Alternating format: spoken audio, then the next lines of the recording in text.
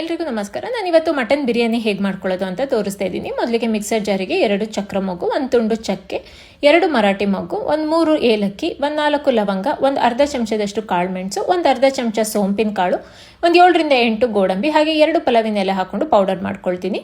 ಈಗ ಮತ್ತೆ ಮಿಕ್ಸರ್ ಜಾರಿಗೆ 1 ಕಟ್ ಮಾಡ್ಕೊಂಡಿರೋ ಈರುಳ್ಳಿ, 4 ಹಸಿ ಮೆಣಸಿನಕಾಯಿ, 1 ತುಂಡು ಶುಂಠಿ, 10 ರಿಂದ 12 ಬೆಳ್ಳುಳ್ಳಿ ಹಾಕಿ ಬಿಟ್ಟು ಪೇಸ್ಟ್ ಮಾಡಿ ಸೈಡಲ್ಲಿ ಇಟ್ಕೊಳ್ತೀನಿ. ಈಗ ಕುಕ್ಕರಿಗೆ 2 ಚಮಚ ಎಣ್ಣೆ, 2 ಚಮಚ ತುಪ್ಪ ಹಾಕೊಳ್ತಾ ಇದ್ದೀನಿ. ಇದೆಲ್ಲ ಬಿಸಿಯಾದ ನಂತರ ಮಸಾಲ ಸಾಮಾನು ಹಾಗೆ ರುಬ್ಬಿಟ್ಕೊಂಡಿರೋ ಈರುಳ್ಳಿ, ಬೆಳ್ಳುಳ್ಳಿ, ಶುಂಠಿ, ಹಸಿಮೆಣಸಿನಕಾಯಿ ಪೇಸ್ಟನ್ನು ಹಾಕೊಂಡು 3 ರಿಂದ 4 ನಿಮಿಷ ಹಸಿ ಸ್ಮೆಲ್ ಹೋಗೋವರೆಗೂ ಫ್ರೈ ಮಾಡ್ಕೊಳ್ತೀನಿ. ಹಾಗೆ ಮುಂಚೆನೇ ಬೇಯಿಸಿಟ್ಕೊಂಡಿರೋ 300 ಗ್ರಾಮಿನಷ್ಟು ಮಟನ್ನ ತೊಗೊಂಡಿದ್ದೀನಿ. ಈ ಈರುಳ್ಳಿ, ಬೆಳ್ಳುಳ್ಳಿ ಇದರಲ್ಲಿ 3-4 ನಿಮಿಷ ಮಟನ್ನ ಬೇಯಿಸ್ಕೊಳ್ತೀನಿ.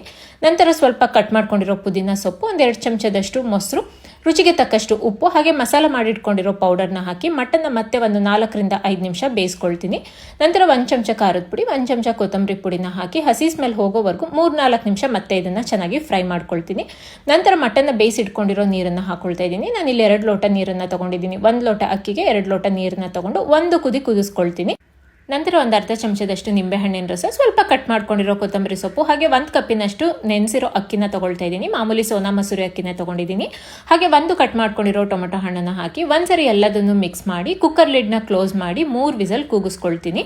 3 ವಿಸಲ್ ಆದ ನಂತರ ತೋರಿಸ್ತಾ ಇದ್ದೀನಿ. ತುಂಬ ಚೆನ್ನಾಗಿ ಬಿರಿಯಾನಿ ರೆಡಿಯಾಗಿದೆ. ಒಂದ್ಸರಿ ಲೈಟಾಗಿ ಈ ರೀತಿ ಮಿಕ್ಸ್ ಮಾಡಿಕೊಂಡ್ರೆ ಟೇಸ್ಟಿಯಾಗಿರೋ ಮಟನ್ ಬಿರಿಯಾನಿ ರೆಡಿಯಾಗಿದೆ. Thank you for watching.